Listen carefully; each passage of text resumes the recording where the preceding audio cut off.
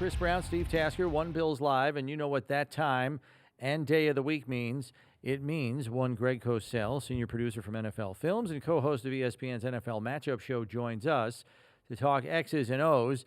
And Greg's segment is brought to you by Scott Lawnyard, an official commercial site work partner of the Buffalo Bills.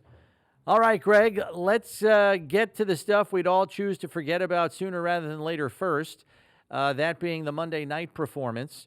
And as much as people are going to,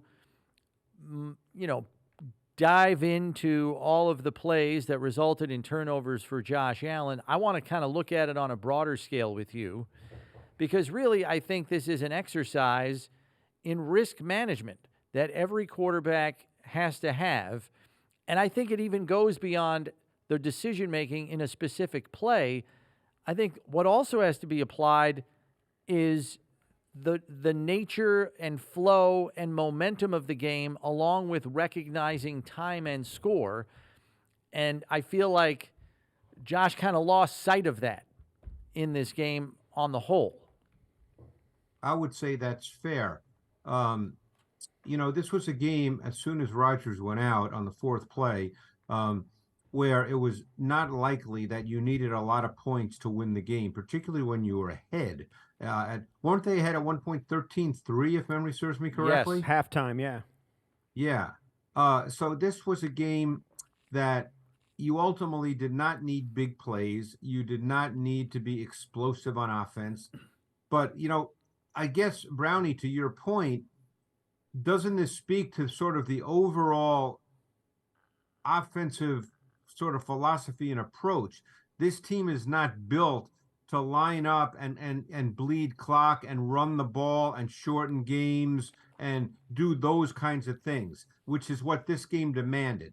This game demanded, it didn't matter how you won. This game, you could win this game 16-6 and you walk away and you go, hey, we got a good road win and we move on. But they're not built that way. And I'm not defending Josh Allen. We all know that what he did the other night, there's not a defense for certain throws that he made. And he'll tell you the same thing. So we're not saying anything that isn't true. But, you mentioned sort of looking at it kind of from 30,000 feet as opposed to just specific plays. And you just wonder if, that the team has to move in that direction as somewhere along the line. They've been really, really productive over the last 3-4 years. They've been among the league leaders in points scored, as you know. But not every game demands putting up 30. And when a game plays out differently, I guess what I'm trying to say is I think people would say, coaches, I'm not talking about people on social media, I'm talking about coaches, would say that you have to have more than one way to win games. And I've been agonizing over this all week with the Bills and had to talk about it. But, I think that ultimately, I remember when Dick Vermeil used to come in here all the time when Ron Jaworski was here and we, talk about those kinds of things. You have to have more than one way to win. And I'm not sure that they're quite ready to do that when a game demands it, unless it's Josh and making his plays. And obviously he didn't make those plays this week. Yeah, and we have talked all off season about how the AFC with Kansas City, Cincinnati, Buffalo, who all incidentally lost this weekend, but it's right. An arms race. You're gonna have to score points to beat those guys because they're just too prolific offensively, and it doesn't seem like any of those teams are really demanded to do that very often. The Bills got it done once last year. I mentioned it earlier in the show, the Green Bay game. They kind of strangled the Green Bay Packers and just took the game away from them. So they have been able to do it in the past, but they're really not. To have that in your repertoire when you're trying to get to the playoffs where you're going to have to be asked to win big, you're going to have to score 30 plus. Right. And Steve, your point's correct. I mean, ultimately in the AFC and even to get to the Super Bowl and win, you're likely to have to score points. I mean, obviously look at last year's Super Bowl. It was, I think, 38-35, if memory serves me correctly. Ultimately, You do have to score. We know that. But it's a long season. It's 17 games. Not every game is going to be like that. And you want to be able to win multiple ways. I think at halftime when it was 13-3, I'm sure you guys felt the same way. You probably felt, hey, this game's pretty much under control. I mean, we've all been around long enough not to take anything for granted, but you kind of felt, okay, this game's just going to play out. They're probably going to win this game 24-9, and it might not be a beautiful mind kind of game, but, they'll walk away with a nice win. And obviously it didn't play out that way. Yeah. Let's look at some of the personnel usage in that game. 63% of the snaps in 12 personnel. Yeah. And 25% in 11, which was their chosen formation grouping last year. We talked to Ken Dorsey about it this week, and he said we'll use 12. How much in a given week remains to be seen, but I'm telling you right now, after watching it last week, I know it was a good fit against the Jets, who, from what I had read, was the number one defense against 11 personnel last year. So you understand why they turned to 12 as much as they did. And I think there was some efficiency to it within the scope of the Bills' offense last week that really worked. I think the only difference is when you're playing a Jets defense, the run after catch just simply isn't there. The first tackler, as Steve pointed out on our show earlier this week, gets the guy on the ground immediately with that Jets defense. Right. It is impressive. There is no run after catch against that Jets defense. Yeah, and the other factor last week, and obviously this is the kind of team they have been over the last number of years with Josh Allen. There were no big plays. This has been a big play offense. Even if Josh makes a mistake here and there, he makes big plays, and that did not happen this past week. So there really weren't explosives in this game. Which gets back to our initial point as well. But no, they played a really good defense. They had more snaps of 12 personnel in this game than they had the entire season a year ago. Mm-hmm. I would bet that 12 will be a really significant part of what they do. It might not be 64% of their snaps every single week, but Kincaid is obviously going to be a big factor. You'd like to think, that he'll see more as we move forward. And then it depends on the opponent. I mean, this week they're playing an opponent in the Raiders that literally played nickel on every snap. I mean, this week we have the battle of the two teams that play nickel on every snap. Yeah. Right. Yeah, and we're going to get to that. I want to go down a list of guys that I want to ask you about, Bills players who people might be wondering about. Let's start with James Cook. It's his first game as being kind of the lead back for Buffalo. What did you think about how he's looking, how they used him? Yeah, and again, now, you guys know me well enough to know I'm very leery of making judgments about coaches because I'm not in the building and I'm not there during the week when they game plan. But ultimately, I don't think Cook is a true feature back in a strict sense. I think he's, in a given game, can he be?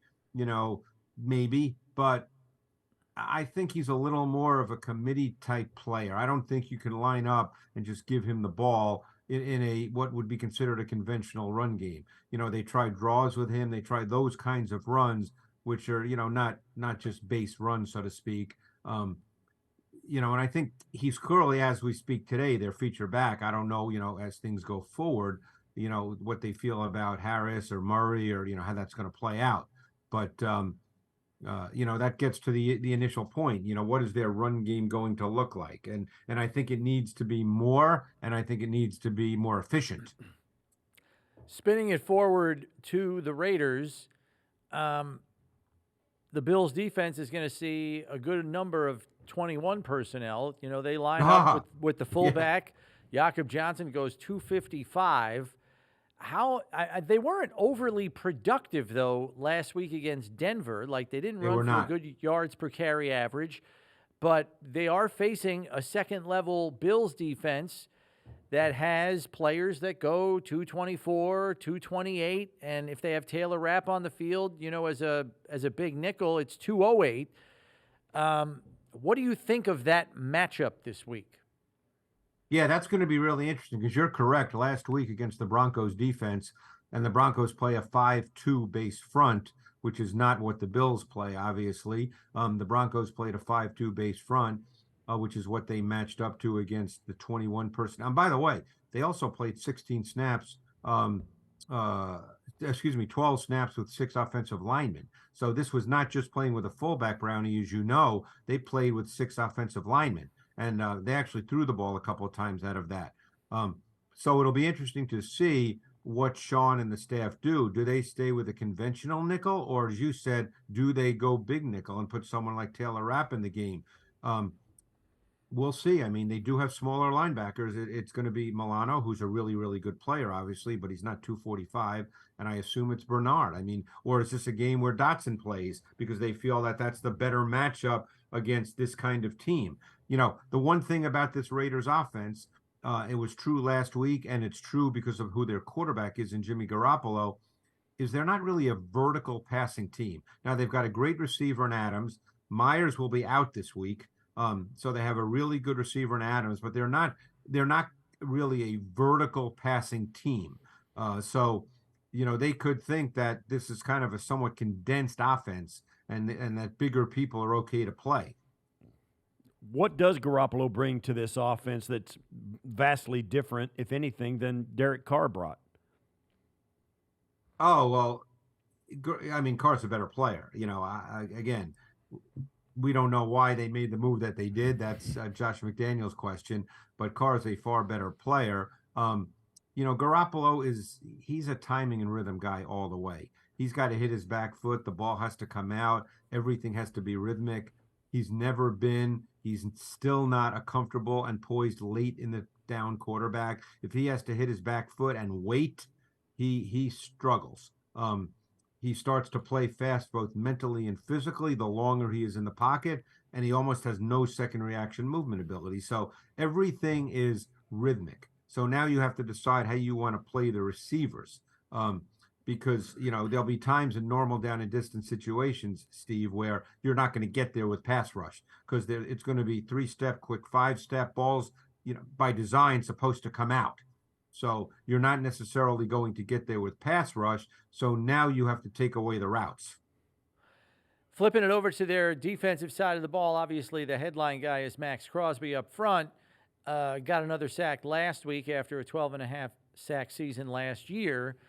He's going to be over there on Spencer Brown's side, who had his share of troubles, not only with John Franklin Myers, who was bull rushing him, but even Bryce Huff coming off the edge with speed. So what are some of the things that the Bills could do to maybe aid Spencer Brown with a pass rusher like Crosby?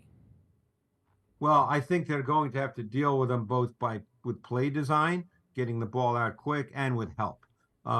And look, the reality is, and I'm just telling you what the film shows, that when Josh Allen sort of kind of perceives pressure, he's going to move. So, you know, Crosby is really, really difficult to block. I mean, I was watching him last week against McGlinchey, and it was a mismatch. He's really difficult to block.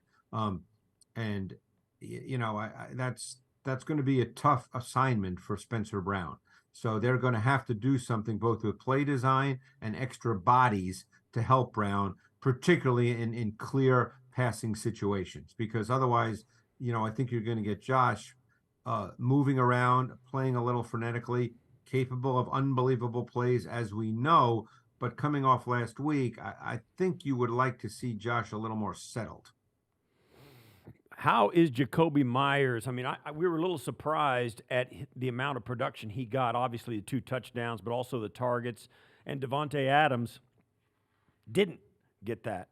How do you see him, his concussion protocol, whether he plays or not? If they take Jacoby Myers out of the lineup because of his injury, how does that change their passing game, if at all? Well, yeah, what happened last week, Steve, is that the Broncos matched up Surtain on Adams pretty much the whole game. He traveled with him. And they had Mathis, the other corner, matched on Myers. And they went after Damari Mathis quite a bit in this game, and Mathis had a difficult game. He did, yeah, and he's a solid corner. He's in his 2nd or 3rd year out of Pitt, but he had a tough game last week. So they actually traveled their corner and matched up Surtain on Adams. And if you speak to people around the league, they'll tell you that Surtain might well be the best corner in the league. So, you know, Garoppolo didn't look to Adams a ton. In fact, one of Adams' catches for about 18 yards came on one of the very few plays in which they did not match Surtain on Adams, and he caught it against Mathis. So, I think that's the reason that Adams did not have a high target total and that Myers seemed to be more of a factor in the game. So knowing this is not a vertical offense and knowing Nope. they want to establish ball control, they were able to do that last week because the game was close. So if Yes. the Bills can manage to get up 10 or 14 on them early, they could force them to kind of change their approach here, I would think, right? Absolutely. I mean, keep this in mind. In today's NFL, this is, again, obviously the Bills, because of Kincaid, were different, but only 14 of Garoppolo's 30 dropbacks versus the Broncos last week came out of 11 personnel. Last week they were a heavy 21 personnel team, heavy 6-0 line team. Again, it's week 1, so we don't know, Brownie, if that was specific to the Broncos or if this is the way that Josh McDaniels wants to play. You never know that after week 1 because, teams from the time the schedule comes out prepare for week 1. So we don't know the answer to that. But the bottom line is they don't have a lot of juice at wide receiver beyond Myers, who could well be out, and Adams. Renfro played snaps at the third receiver. Wilkerson, who was a former player with the Patriots, and each year tried to make the team, so McDaniels knew him. He played snaps at the third wide receiver. Carter, who's been around the league, has played snaps at the third wide receiver. So they don't really have a third wide receiver that theoretically you're that concerned about. And the other thing is Michael Mayer, the rookie tight end, he played 29 snaps. He was not targeted one time. What are your thoughts on the Bills' pass rush? We thought in the early going that they obviously got after Aaron Rodgers. They put him out of the game after 4 snaps. But what do you think about overall about the Bills' pass rush and what it could do this year? I know it's early. I thought it was actually pretty good. Again, you have to take into account Wilson, who doesn't see things well at all and tends to move often before he needs to. But the pass rush needs to be a factor because, as I mentioned, Garoppolo is not very good when there's bodies around him. And if you get him feeling like he can't make those throws, those rhythmic throws, he really has a hard time. So I think it becomes really important, not in terms of number of sacks, but just to have him feel pressure, feel bodies around him. And because then I think it might lead to some poor throws, maybe some turnovers. I guarantee in the defensive back room and in the defense overall, they're believing that they can, that he's going to throw it to them a couple of times in this game and that they can hopefully capitalize on that.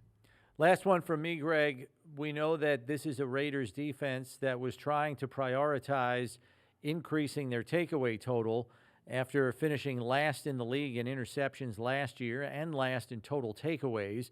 They added Marcus Peters right before training camp. That should help, knowing the risk taker that he is, to try to get takeaways. But I was stunned when I saw last week the Raiders were credited with 1 pass breakup. And, Yeah. I mean, Russell Wilson was like 27 of 34. They had 1 pass breakup the entire game. I don't know if I've ever seen that. Yeah, there were a lot of short throws, but there was obviously a few longer ones, although their offense was very condensed, the Broncos, that is. They're starting a rookie, Jarrett, from Maryland at right corner. I really liked his tape coming out. He was the corner opposite Deonte Banks, who the Giants drafted in the first round. I think this is a defense on the back end that you can get after a little bit. So we'll see how it plays out. I guess, maybe I'm a purist, guys, but I would like to see some more, explosive type. When I say explosive, I don't want people to think I'm talking about 60-yard touchdowns, but, 18, 20, 22-yard plays out within the structure of the pass game, not where Josh is making second reaction movement plays. We really didn't see that last week.